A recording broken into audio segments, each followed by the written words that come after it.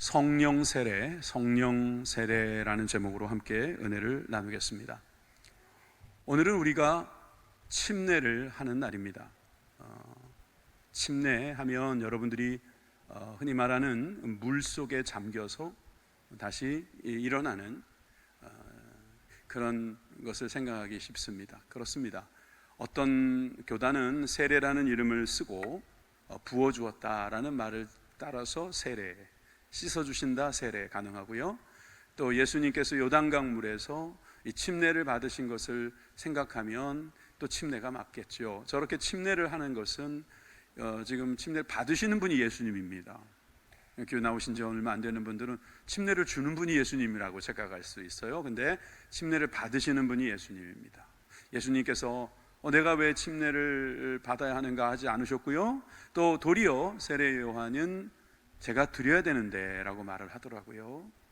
그런데 예수님은 우리에게 본이 되시려고 하신 줄 믿습니다. 여러분, 이 침례, 예수님도 받으신 이 침례, 여러분 우리가 순종함으로 받아야 될 줄 믿습니다.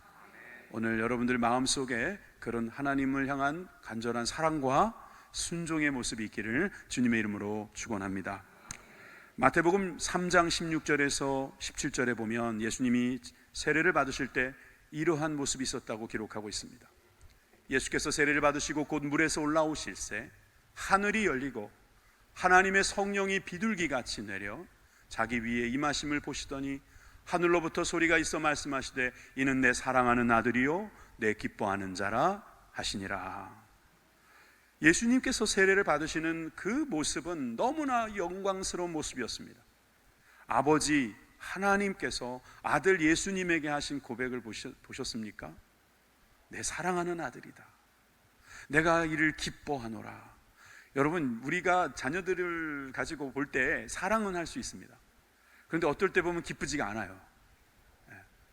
하는 그걸 보면, 그죠? 기쁘지 않을 수 있잖아요. 근데 자녀가 사랑스럽고 기쁘다. 완벽한 아들이에요. 근데 이 아들을 우리들에게 보내주신다는 것입니다. 그 아들을 내가 사랑하고 기뻐하는데 그 아들이 이제 너희들을 위하여 사역을 시작한다. 그러면서 여러분, 예수님이 침례를 받으신 거예요. 예수님의 공생애, 사생애 이렇게 구분하는데 그 공생애의 기점이 바로 이 세례를 받는 것이라 할 수 있겠습니다. 모든 것의 시작을 말할 수도 있겠죠. 여러분, 결혼하면 그것은 새로운 시작입니다. 새로운 가족이 시작되는 것입니다. 여러분, 그거 아십니까? 우리가 죽는 것도 시작입니다. 영원으로 들어가는 시작이 되는 것이죠. 그래서 여러분, 이 침례는 여러 가지 의미가 있는데 로마서 6장 4절을 읽어보시면 그 침례의 의미를 깊이 알 수 있습니다. 그러므로 우리가 그의 죽으심과 합하여 세례를 받음으로 그와 함께 장사되었나니 이는 아버지의 영광으로 말미암아 그리스도를 죽은 자 가운데서 살리심과 같이 우리로 또한 새 생명 가운데 행하게 하려 함이라. 여러분, 예수님의 십자가의 죽으심에 우리가 연합할 수 있는 길이 바로 세례라는 것입니다. 우리가 물 속에 들어갔다 흙 속에 들어가기는 어렵잖아요, 그죠? 그러니까 물 속에 들어가는 거예요. 그리고 다시 올라오는 거죠. 죽고 다시 부활하는 거예요. 이걸 상징하는 것입니다. 지난주에 우리가 성만찬, 우리가 떡과 포도주를 가지고 예수님을 기념하였던 것처럼 여러분, 우리가 이 물로서 침례를 받고 있습니다. 이것은 장사를 지내는 것과 같다. 나는 죽고 예수로 산다라고 하는 새로운 생명을 말씀해 주시는 것입니다. 그러니까 이제 그리스도와 연합해서 이제 우리는 새롭게 사는 신혼부부가 되는 것입니다. 우리가 주님과 함께 허니문을 가는 거예요. 영원히 가는 거예요. 여러분, 이런 축복이 있기를 주님의 이름으로 축원합니다. 여러분들이 받으시는 그 세례, 새 생명 가운데 행하게 하시려고 우리들에게 주신 것인 줄 믿으시면 아멘 합시다. 세례 요한은 예수님께서 세례를 받으심을 알았을지 몰랐을지 글쎄요. 그는 예수님이 오시기 전에 이렇게 말을 하고 있습니다. 누가복음 3장 16절입니다. 요한이 모든 사람에게 대답하여 이르되 나는 물로 너희에게 세례를 베풀거니와 나보다 능력이 많으신 이가 오시나니 나는 그의 신발끈을 풀기도 감당하지 못하겠노라. 그는 성령과 불로 너희에게 세례를 베푸실 것이요.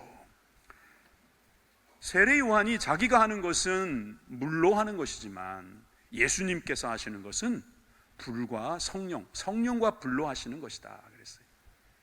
신천지에서는 이 불로 하는 것은 이게 우리가 말하는 성령 세례라고 말하지 않고 도리어 이것을 왜곡하더라고요. 물로 세례 받듯이 그럼 불로 지지는 겁니까? 뭐 이렇게 농담을 하는 것 같은데 성경 말씀을 가지고 그러면 안 되죠. 여기서 말하는 불이라는 것은 영적인 의미를 말하는 것입니다. 태우는 것이죠. 옛것을 태우고 우리의 육적인 것을 다시금 새로운 것으로 바꿔주시는 하나님의 초월적 능력이 바로 이 성령 세례 가운데 있다는 것입니다. 이것은 사람이 할 수 없는 것입니다. 그래서 예수님이 하시는 세례, 이 세례를 믿으시면 아멘 합시다. 이것을 세례 요한이 예언했다면 예수님은 이것을 직접적으로 언급하셨습니다. 승천하시기 직전에 하신 말씀입니다. 사도행전 1장 4절에서 5절입니다. 사도와 함께 모이사 그들에게 분부하여 이르시되 예루살렘을 떠나지 말고 내게서 들은 바 아버지께서 약속하신 것을 기다리라. 요한은 물로 세례를 베풀었으나 너희는 몇 날이 못되어 성령으로 세례를 받으리라 하셨느니라. 지금 예수님께서는 이제 너희들이 곧 성령의 세례를 받을 것이다 라고 말씀하시면서 순종하라고 말씀하시는 거예요. 머무르라는 거예요. 기다리라는 것입니다. 예수님께서 약속하신 성령을 세례로 우리에게 부어주시겠다고 말씀하셨습니다. 과연 그렇습니다.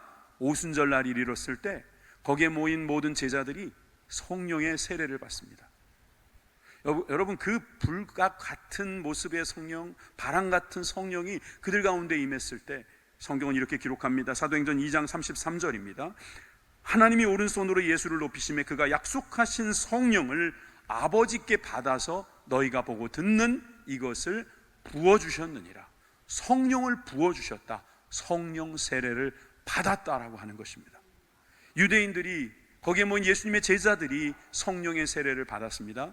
뿐만 아닙니다. 사도행전 계속 읽어보다 보면 이방인들도 성령의 세례를 받는 것을 볼 수 있습니다. 사도행전 10장 47절에서 48절에 로마인 백부장 군인이죠. 고넬료라고 하는 그 가정이 성령의 세례를 받습니다. 이에 베드로가 이르되 이 사람이 우리와 같이 성령을 받았으니 누가 능히 물로 세례 베품을 금하리요 하고 명하여 예수 그리스도의 이름으로 세례를 베풀라 하니라. 그들이 베드로에게 며칠 더 머물기를 청하니라. 성령을 먼저 받고요, 그 다음에 물로 세례를 받은 거예요. 순서는 다를 수 있다는 거예요. 먼저 성령 세례를 받고요, 먼저 예수님을 뜨겁게 믿고요, 성령님의 인도하심 따라 살다가 이제 성령의 세례를 받는 사람이 또 물 세례를 받을 수 있어요. 물 세례를 먼저 받고 성령 세례를 받을 수 있어요. 중요한 건 성령 세례를 받아야 한다는 것입니다. 이방인인 우리들도 받을 수 있다는 사실을 믿으시면 아멘 하십시다. 그리고 고린도전서 19장 2절에서 3절에 성령을 받지 못한 사람들에게 이렇게 말하고 있습니다.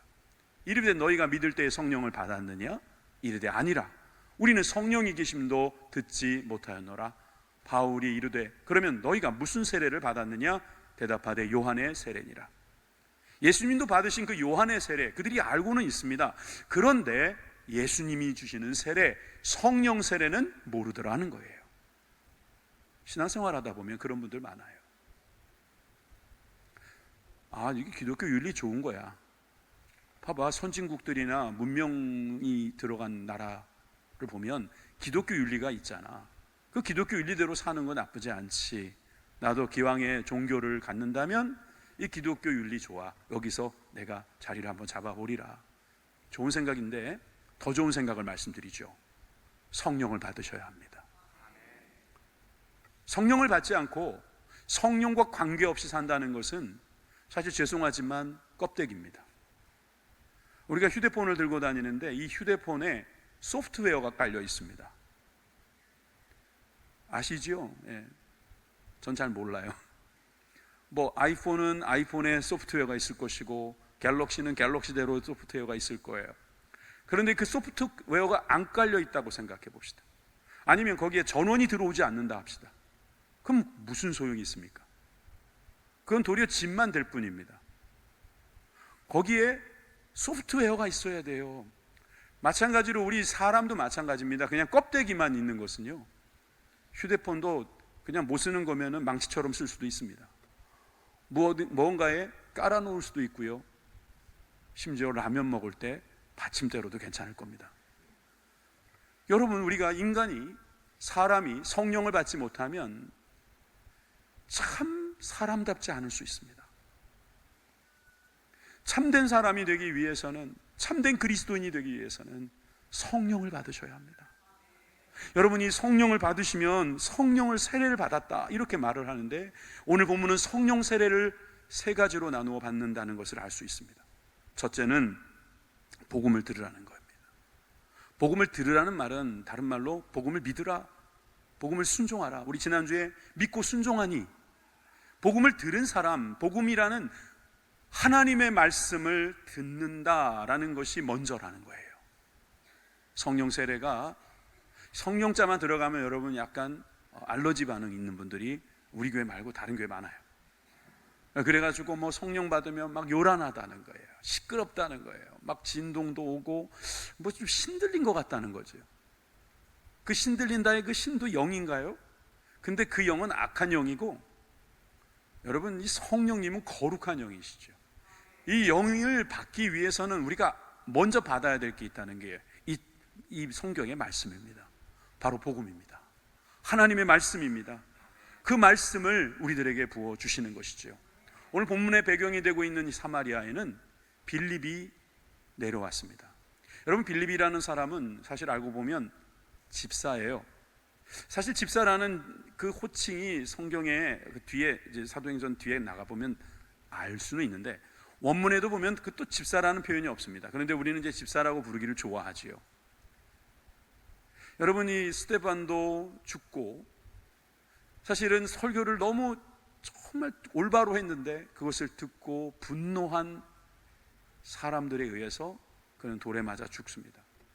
돌에 맞아 죽는다는 것은 소위 유대인들의 사형이라고 할 수 있는데, 사형을 당한 것입니다. 초대교회의 첫 번째 순교자가 나온 것이지요. 그런데 그때에 빌립도 그 자리에 있지는 않았지만 그 이후에 이제 사마리아까지 가는 것을 볼 수 있습니다. 자, 사도행전 8장 5절에서 6절에 보면 빌립이 등장합니다. 빌립이 사마리아 성에 내려가 그리스도를 백성에게 전파하니 무리가 빌립의 말도 듣고 행하는 표적도 보고 한 마음으로 그가 하는 말을 따르더라. 사도는 아니지만 이 빌립이란 일꾼은 사마리아에 가서 복음을 전파합니다. 이 복음을 전파하는 이 빌립의 말, 즉 복음을 듣고 표적도 보고 한 마음으로 그 말을 따르는 이런 놀라운 일들이 일어납니다. 사도행전 1장 8절에 나오는 너희가 성령이 임하시면 권능을 받고 예루살렘과 온 유대와 사마리아와 땅끝까지 이르러 내 증인이 되리라 하신 말씀이 이루어지는 겁니다. 예루살렘에 머물고 있던 성도들이 그 환란을 피해서 흩어지기 시작하는데 먼저 사마리아로 올라가는 거예요. 예전에 사마리아는 사람들이 피해 다녔어요. 그건 같은 민족이 아니라는 것입니다. 저들은 동물 같다는 거예요.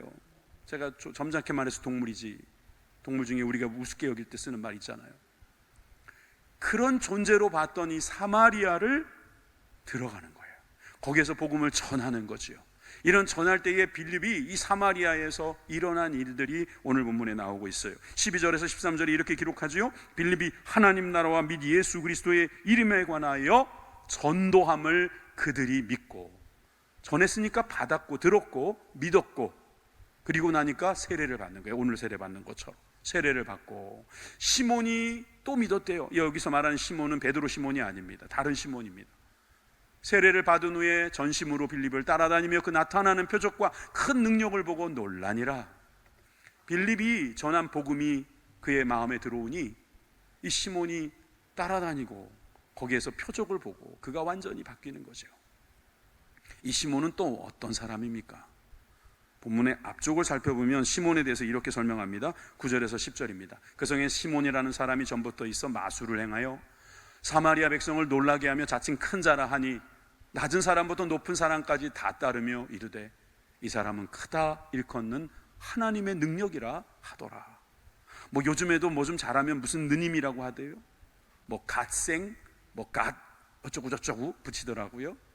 신과 같다는 거죠. 사람이 어찌 이럴 수 있냐는 겁니다.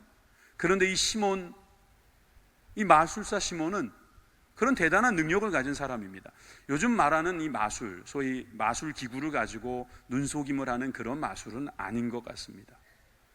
어찌 보면 과학을 먼저 알게 된 과학적인 방법으로, 그 당시에 대중들은 모르는 그 과학적인 방법으로 했을 수도 있고, 또 악한 영에게 능력을 받아서, 그것도 능력이니까 그런 악한 영들의 속임수에 넘어가는 그런 마술도 있었을 거예요. 그런데 이 마술사 시몬이 빌립을 만나서 그 빌립이 하는 말을 듣고 변화됐다는 것은 그가 깨달은 거죠. 내가 가진 능력보다도 큰 능력이 있으니 바로 빌립이 가진 능력이구나 하는 것입니다. 그런데 여러분, 이 시몬하고 또 다른 시몬이 이제 등장하는데, 이 두 시몬은 똑같은 부분이 있고 다른 부분이 있더라는 거예요. 마술사 시몬, 그리고 베드로 시몬. 이름은 똑같이 시몬, 돌멩이라는 뜻을 가진, 돌쇠라는 이름을 가진 시몬이라는 이름을 가졌는데, 공통점은 둘 다 능력이 있어요. 둘 다 사람들에게 알려줬어요. 베드로를 보세요. 막 5,000명이 돌아옵니다. 3,000명이 막 돌아옵니다. 막 초대교회에 부흥을 일으키고 있습니다. 여러분, 베드로가 오순절 성령을 받고 그 배신자로 낙인 찍혔던 베드로가 말이에요, 바뀌기 시작했어요. 그러니까 유대인들이 늘 하고 있는 구시기도회에 성전 미문에 앉아있는 안진뱅이를 보았을 때 뭐라고 말합니까? 왜 우리를 주목하는가? 왜 우리를 쳐다봅니까? 나는 아무 능력이 없는 사람입니다. 나는 nobody, I am nothing. 나는 아무것도 아니라는 거예요. 내가 가진 것 없다는 거예요. 나에게 나올 게 없다는 것입니다. 그러나 예수 그리스도의 이름으로 걸어라 그랬더니, 일어나라 그랬더니 그냥 일어나는 거죠. 여러분, 이 베드로가 고친 게 아닙니다. 그 베드로 시몬이 고친 것이 아닙니다. 나는 아무것도 아니지만 하나님은 하십니다. 그렇게 고백하는 거예요. 그런데 여기 마술사 시몬은 뭐예요?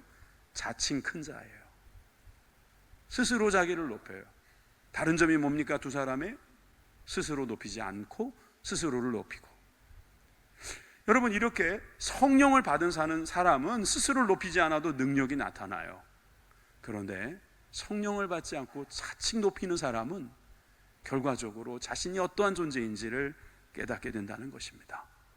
여러분, 우리가 복음을 듣게 되면 변화될 때에 자기가 누구인지, 내가 어떤 존재인지를 깨닫는다는 사실, 여러분 믿으시면 아멘 합시다. 그리고 이 놀라운 소식이 예루살렘에 들려지기 시작할 때도 놀라운 일들이 일어난다고 합니다. 14절, 드디어 그 시몬 베드로가 등장하는데, 예루살렘에 있는 사도들이 사마리아도, 예루살렘뿐만 아니라 온 유대뿐만 아니라 사마리아도 하나님의 말씀을 받았다, 들었다, 믿었다, 산다, 이런 이야기를 듣고 베드로와 요한을 파견하는 거예요. 사도들이 이제 사마리아까지 올라오는 거죠. 예수님이 사마리아를 지나가신 것처럼 베드로와 요한도 예수님처럼 사마리아로 올라오는 거예요. 순종하는 거예요. 여러분, 이것이 바로 성령 세례의 첫 번째 역사입니다. 첫 번째 일어나는 일, 말씀을 듣는 거예요. 말씀이 들리는 거예요. 말씀으로 살아가게 되는 것입니다. 두 번째, 성령 세례를 받는 사람, 회개합니다. 죄를 회개하죠. 죄를 회개해요. 오늘 읽은 본문에 나오지 않지만 성령의 세례를 받든 우리가 물로 세례를 받든 우리는 회개해야 합니다. 회개한다는 건 죄를 지었다는 것을 이야기하죠. 사도행전 2장 38절의 말씀에 보면 베드로가 이르되 너희가 회개하여 각각 예수 그리스도의 이름으로 세례를 받고 죄사함을 받으라. 그리하면 성령을 선물로 받을 것이다 했습니다. 여기서 죄사함 할 때 이 죄라는 것은요, 하마르티아라고 합니다. 하마르티아, 이 죄, 죄사함이 아니고 죄입니다. 죄송합니다. 죄가 하마르티아입니다. 이 하마르티아는 무슨 뜻이냐면 관역을 벗어났다는 거예요. 실패했다는 거죠. 나는 정중하게 맞추고 싶은 거예요. 텐 하고 싶은 거예요. 네? 그래가지고 금메달 따고 싶었단 말이에요. 그런데 안 돼요. 안 되는 거예요.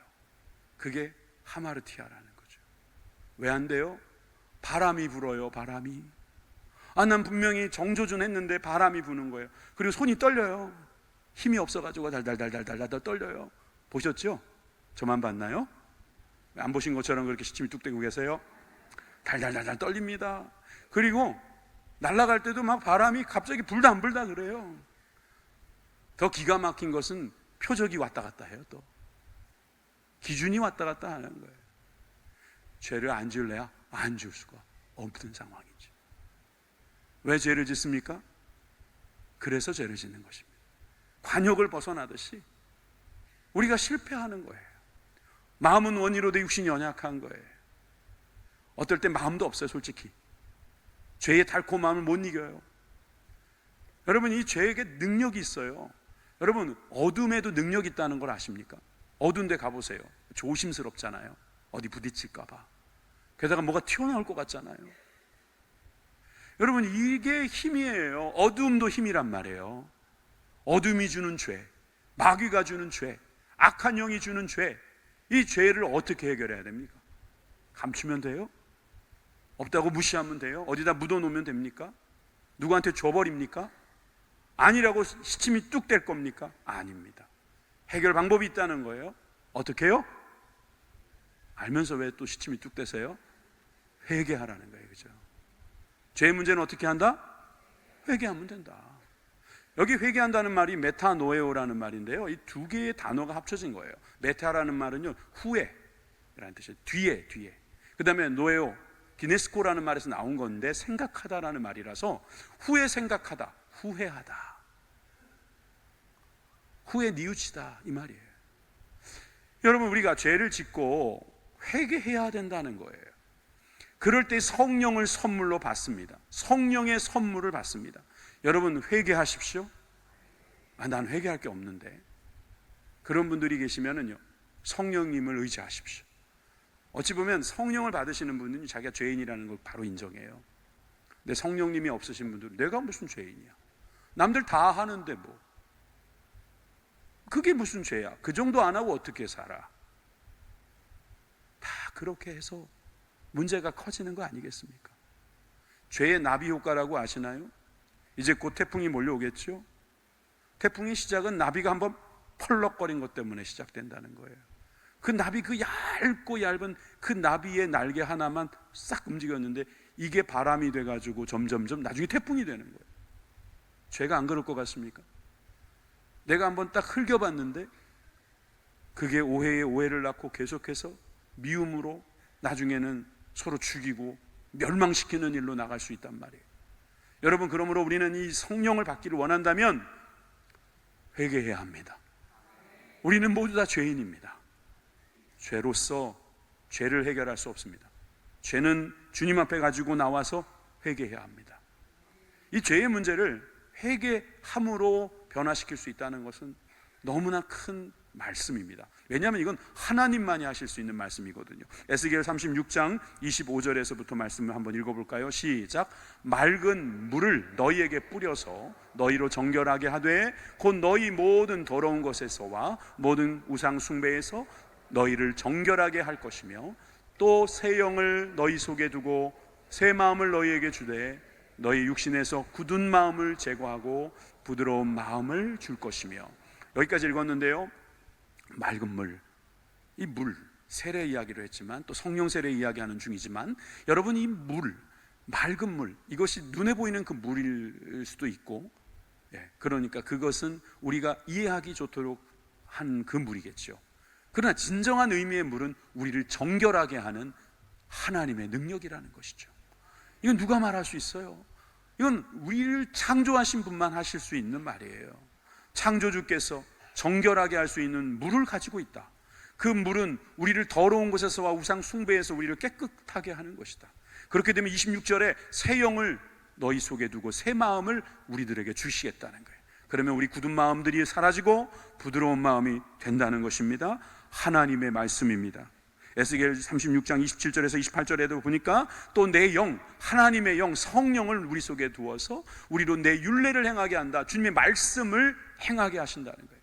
하나님의 말씀을 지켜 행할 수 있다는 거예요. 그전에도 하나님 말씀 모르는 것이 아닙니다. 그런데 회개하고 주님께서 우리의 마음을 깨끗게 하시니까 다시 우리는 그 말씀 앞에 서게 되고 그 말씀을 지키려고 하고, 그러면서 28절에 내가 너희 조상들에게 준 땅에서 너희가 거주하면서 내 백성이 되고 나는 너희 하나님이 되리라. 할렐루야.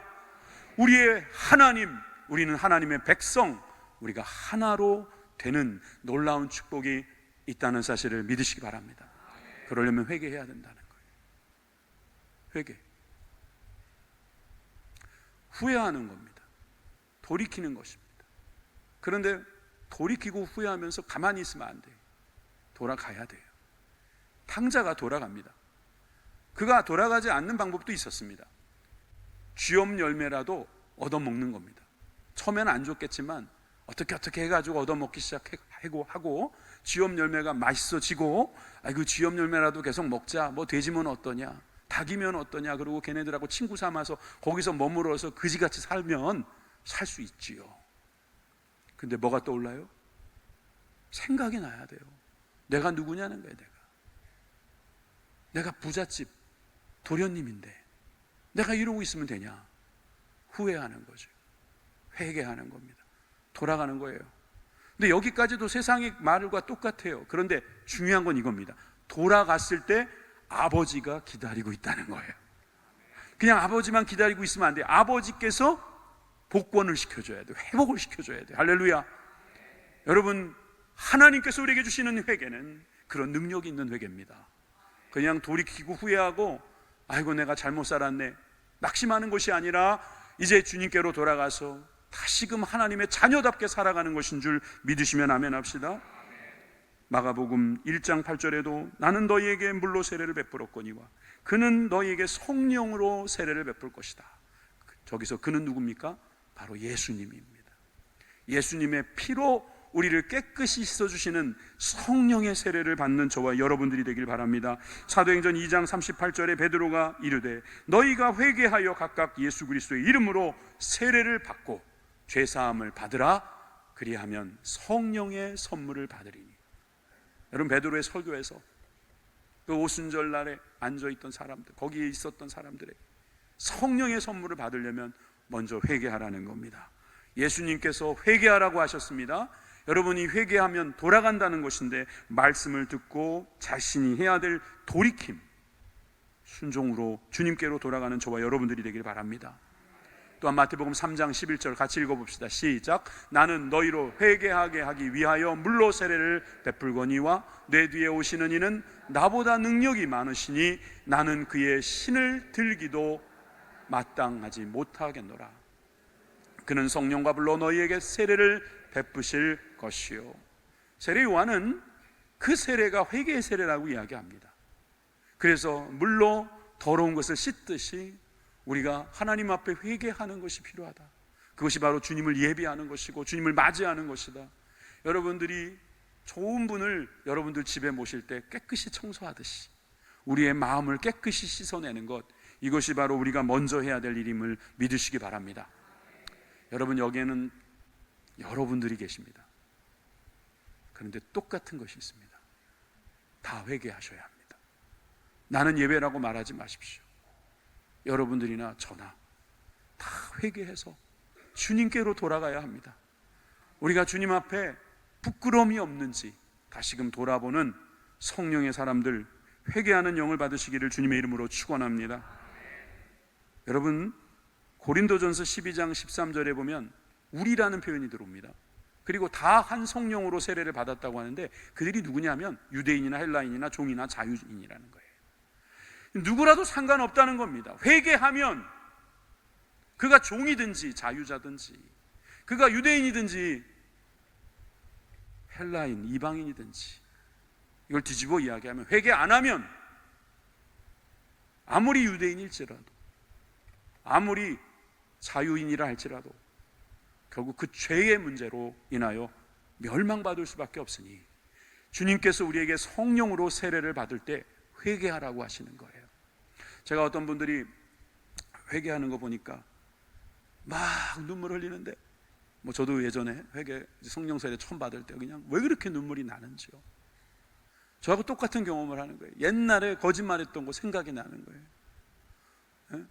문방구 앞에서 그 슬쩍하게 막 생각이 나는 거예요. 예? 제가 2개 먹고 1개 낸 적이 있거든요. 그 떡볶이. 막 크게 생각이 나가지고 막 회개하고, 기억 안 나는 것도 회개가 나는 거예요. 여러분, 회개하십시오. 회개는 축복입니다. 회개는 우리가 성령을 모셔드리는 첫 번째 관문입니다. 여러분 들으셨다면 우리가 할 일은 회개하는 것입니다. 여러분 순종하는 저와 여러분들이 되길 바랍니다. 마지막으로 성령 세례를 받기 위해서는요, 기도해야 합니다. 이도 당연한 것이죠. 모르는 거 없죠? 복음을 들어야 합니다. 죄를 회개해야 됩니다. 성령 받기를 기도해야 됩니다. 모르는 게 없는 게 분명합니다. 그런데 그럼 알면은 하느냐는 거예요. 성령을 받기 위하여 기도하셨습니까? 기도하셨다면 기다리시면 됩니다. 안 하셨다면 기도하시기를 바랍니다. 빌립이 그렇게 많은 사람들에게 복음을 전하고 나니까 사도가 들어왔고, 사도가 이제 거기서 기도를 하는데, 자 15절에서 17절 같이 읽습니다. 그들이 내려가서 그들을 위하여 성령 받기를 기도하니 이는 아직 한 사람에게도 성령 내리신 일이 없고 아직 주 예수의 이름으로 세례만 받을 뿐이라. 이에 두 사도가 그들에게 안수함에 성령을 받는지라. 여기 보니까 그들을 위하여라고 말했잖아요. 그들이 내려가서 그들을 위하여. 첫 번째 그들이 내려갔다는 것은 사도가 내려간 거고, 사마리아인들이 그들이겠죠. 그 다음에 그들, 성령을 사마리아인들이 받기를 위해서 기도했다는 겁니다. 사도들도 기도하면서 성령을 받기를 원했던 거예요. 에베소 교회처럼 성령을 받은 일이 없어요. 성령의 이름도 모르는 것 같아요. 오직 주 예수의 이름으로 세례만 받았답니다. 옛날에 제자들이 했던 세례겠죠. 이에 두 사도가 그들에게 안수함에 성령을 받은지라. 이 베드로와 요한이 안수하니까 성령을 받았다는 거죠. 저도 예전에 이렇게 안수를 하다 보면 갑자기 방언이 터지는 분이 있어요. 뭐 나중에 알게 됐는데 첫 방언이래요. 첫 번째 했던 방언이랍니다. 그 성령 세례 받은 거지요. 저도 기도할 때에 목사님, 전 어렸을 적이거든요. 성령 세례를 받는 그 순간에 누가 안수해주면 그렇게 뜨거워지면서 성령을 받더라고요. 그런데 우리가 착각하지 말아야 될 것은요, 목회자의 손에 무슨 능력이 나가는 게 아니에요. 성령이 들어오시는 가운데서 목회자나 이 사도나 주의 종들이 쓰임받는 거예요. 이거를 아셔야 합니다. 이거 착각하면 이단되는 것입니다. 여러분, 우리가 안수도 기도예요. 안수도 우리가 할 수 있는 거니까 하는 거고, 하나님이 하셔야 하는 것을 하나님이 하셔야 되는 것입니다.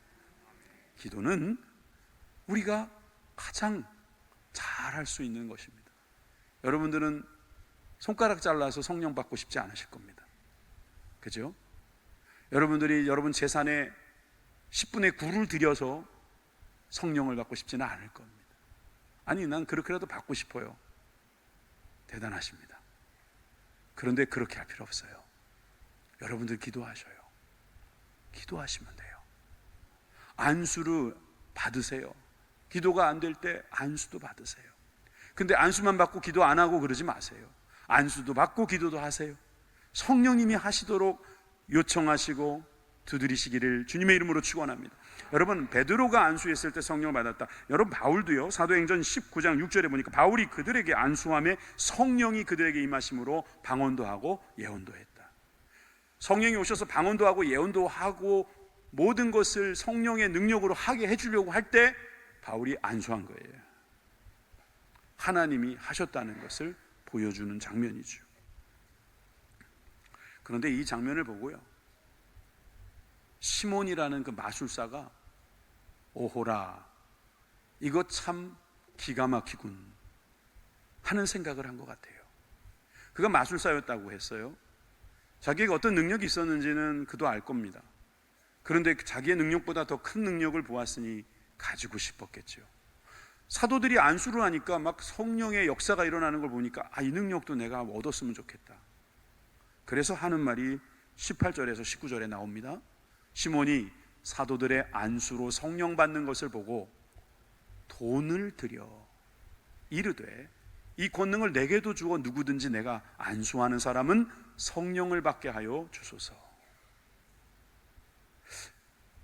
시몬이 보았을 때는 사도들이 안수했기 때문에 성령을 받는다고 생각했고, 이것을 돈 주고 사면 되겠다라고 생각한 거예요. 세상의 논리죠. 뭔가 얻고 싶은 거 있으면 거기에 대한 대가를 지불하면 되고, 그 대가를 지불하기 위해서 가장 자기가 중요하게 생각하는 돈을 주면 되겠다 생각한 거예요. 그런데 이 이야기를 베드로가 듣고 뭐라고 말합니까? 20절입니다.